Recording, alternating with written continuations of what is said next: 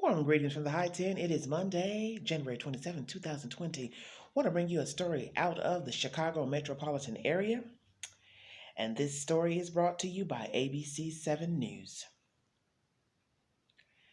Investigators have uncovered a possible motive behind a deadly Friday shooting at a cigar shop in suburban Lisle that wounded three Illinois state troopers, one fatally, and left the shooter dead. Police found the words, "I hate you, hope you die," scrawled on the wall of the Hyde Park condominium belonging to the shooter, 51-year-old Lisa V. Mcmullan, Lisle police said Monday afternoon. The statement mentioned the name of one of the victims, retired State Trooper Greg Reeves, 51, and another man who was unharmed and not at the humidor during the shooting, police said. Lisle police said the message on the wall may point to a personal motivation, but investigators are still searching for a clear motive. Reeves was shot and killed Friday night at the Humidor, a cigar lounge in the 1600 block of Ogden Avenue in Lisle. Police said Reeves and two other state troopers were watching television together in the lounge when Mcmullan pulled out a gun and shot Reeves in the back of the head. Police said Mcmullan, who had no criminal history, had a valid FOID card, then fired several rounds at two other troopers before turning the gun on herself. His family is grieving as they try to understand why he was killed. "He was a great guy," said Stephen Johnson, relative. "He just met the wrong person." A man who was inside the humidor Friday night said he heard Mcmullan talking and laughing just minutes before shots were fired.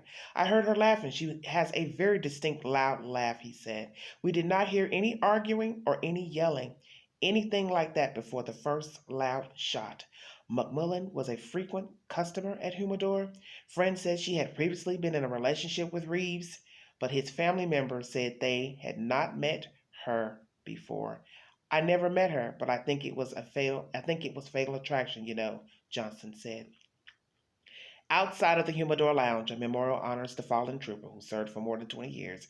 "He was a wonderful person, a great person," Johnson said. Lisle police, who have still not clarified the relationship between Mcmullan and Reeves, said they are still interviewing witnesses. The Humidor Lounge was open for business Monday.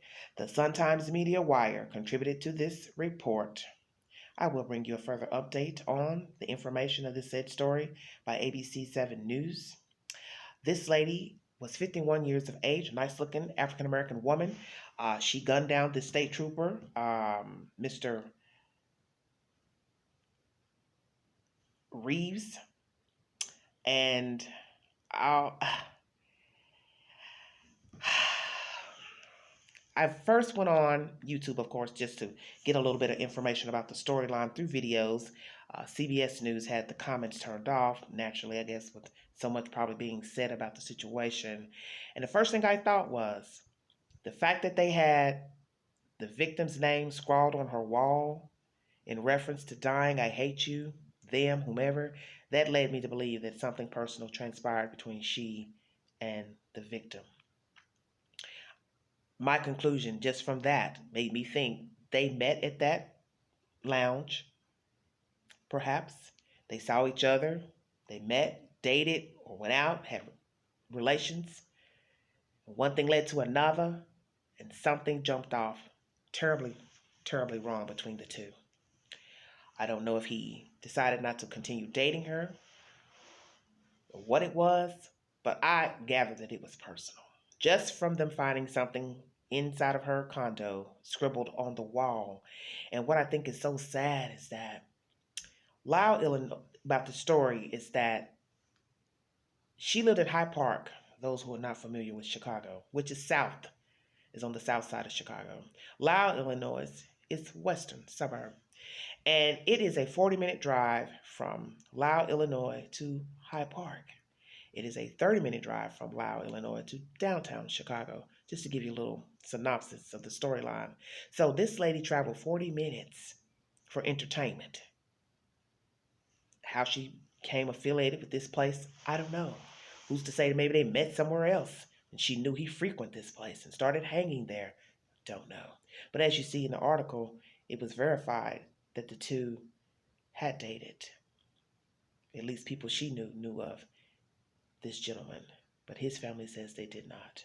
And people don't always divulge who they talk to, have any type of relationship with, because naturally that's personal. But the fact that she walked up and shot him in the back of the head and shot others in there as well tells you a lot about her mind frame. And she was not in a good place mentally.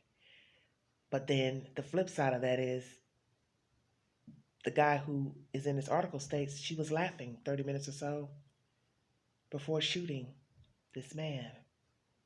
So what happened in that short amount of time? Was she in a good mood when she went to the lounge? But then he walked in, or she got knowledge that he was there, and maybe they had a rift or words beforehand. But we know that she did have a gun permit or whatever to carry a gun, so naturally she would have it on her because she was a legal carrier. So you can't even argue that she carried a gun deliberately to the lounge, the cigar bar, excuse me. So what really happened? What did he do to her for her to scribble obscenities about him on her wall, he and someone else? And then she, on this fateful day, goes to this bar, cigar bar, allegedly enjoying herself. Someone speaking highly of her as being sociable, never causing any problems. The police verified she didn't have a criminal record. So what happened inside of that lounge? Did she go there deliberately hoping he would show up?